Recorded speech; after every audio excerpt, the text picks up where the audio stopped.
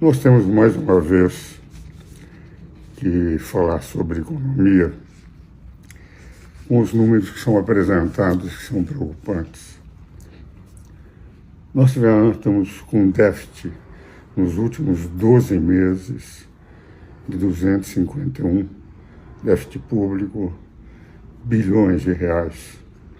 Sempre lembro que quando o presidente Bolsonaro deixou o governo para o presidente Lula, ele deixou um superávit superior a 50 bilhões de reais. Estamos com déficit de 251. Mas o que mais preocupa é que o déficit público global hoje é de 1.128 bilhões de reais, que é o maior déficit da história do Brasil. E a dívida brasileira foi de 74% para 78,5% do PIB, o que representa um aumento de 4,1% do PIB. O nosso produto interno bruto hoje está na casa de 2 trilhões e 100 bilhões de dólares. O que o governo está pensando? Aumentar tributos. Se a nossa carga tributária fosse uma carga leve, nós já estamos com uma carga tributária elevadíssima. E quais são os caminhos que está encontrando? Mandou um projeto para tributar juros sobre capital próprio, o GSCP. O que são juros sobre capital próprio? Para que os senhores entendam, quando uma empresa precisa de recursos, ela pode procurar recursos ou nos bancos ou nos seus sócios, que se forem os mais variados, eles podem ter não só naquela empresa, mas em outras empresas, diversos outros recursos e ter recursos pessoais.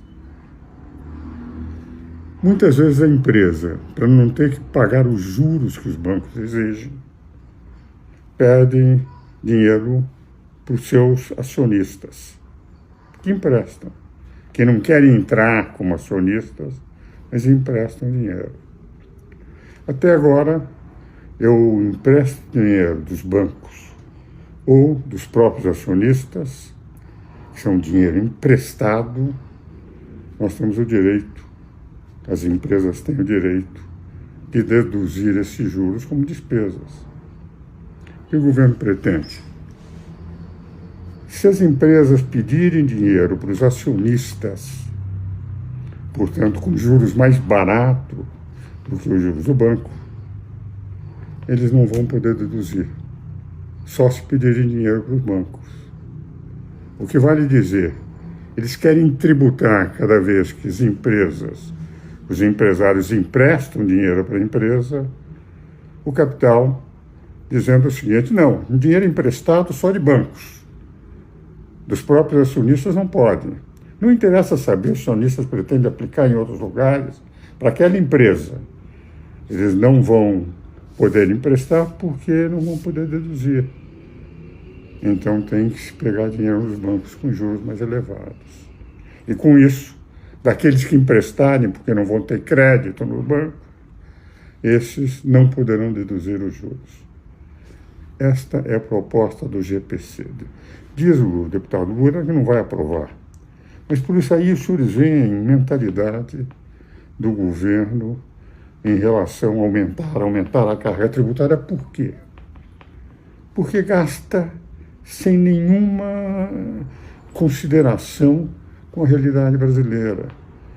Todos os jornais, todos os economistas de bom senso e os principais jornais do Brasil têm mostrado que a gastança do governo federal é uma gastança irracional. E é isso que está levando a nossa economia, enfim, a essa impossibilidade de receber investimentos, independente das brigas que nós estamos tendo entre o Supremo Tribunal Federal e alguns investidores estrangeiros. Mas do ponto de vista de economia do governo, o que nós estamos vendo é efetivamente um arcabouço que já para 2025 todos preveem que não vão cumprir o que pretendem. E no momento que eu não tenho polícia fiscal, eu tenho que utilizar a política monetária. Os juros são o único caminho para evitar a inflação.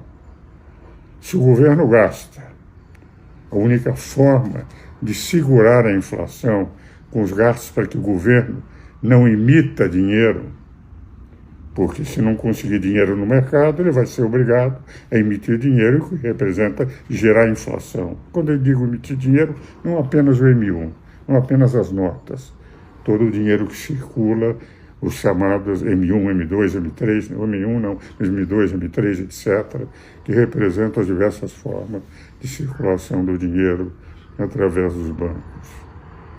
O que vale dizer? O governo não soluciona o problema fiscal, gasta mais do que deve, gera um déficit monumental. Política monetária tem que segurar com juros, porque sem juros elevados vai se aplicar o dinheiro do Brasil fora do Brasil e o governo não vai conseguir com dinheiro no mercado e é obrigado a emitir. E esta é a política econômica de um presidente que diz que não precisa de livros de economia.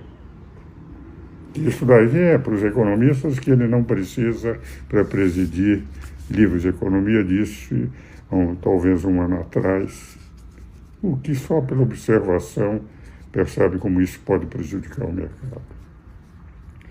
E aquilo que também eu queria, para concluir essas considerações, é aquilo que os jornais têm apontado, sinalizado, criticado, é o loteamento das empresas estatais para pôr amigos do rei, para pôr aqueles que o apoiaram. Aquelas empresas estatais que estavam no passado, quando Paulo Guedes dirigia, administrando só com pessoal de primeiro nível e, ao mesmo tempo, enxugando para não ter dívidas maiores ou conseguirem superávites e cresciam e estavam num processo de privatização que derrigou em todos os espaços geográficos, em todos os períodos históricos. A grande maioria das empresas, elas dão prejuízo porque o Estado é um mau empregador. O que nós estamos vendo é o seguinte: a Petrobras estava melhorando consideravelmente, voltou a dar prejuízo no último trimestre. O governo fez com que ela pagasse uma dívida para a Receita Federal, que não era dívida, porque ela teria chances de ganhar para fechar os rombos do governo. Então nós estamos, enfim, num absoluto caos econômico. E por mais que o ministro Fernando Haddad faz força para tentar segurar esta ou aquela, que também o presidente Lula prejudica muitas vezes as críticas que faz de uma forma desarrazoada ao mercado, fazendo a impressão de que ele deveria saber que cada palavra de um presidente influencia o mercado definitivamente. Então nós estamos vendo um loteamento de cargos, segundo os jornais do porte do Estado de São Paulo, da Folha de São Paulo, criticando esse empreguismo estatal. Sem economia estável, um país não cresce. Só há investimentos num país quando nós temos segurança jurídica de um lado, economia estável e decorrencial do outro.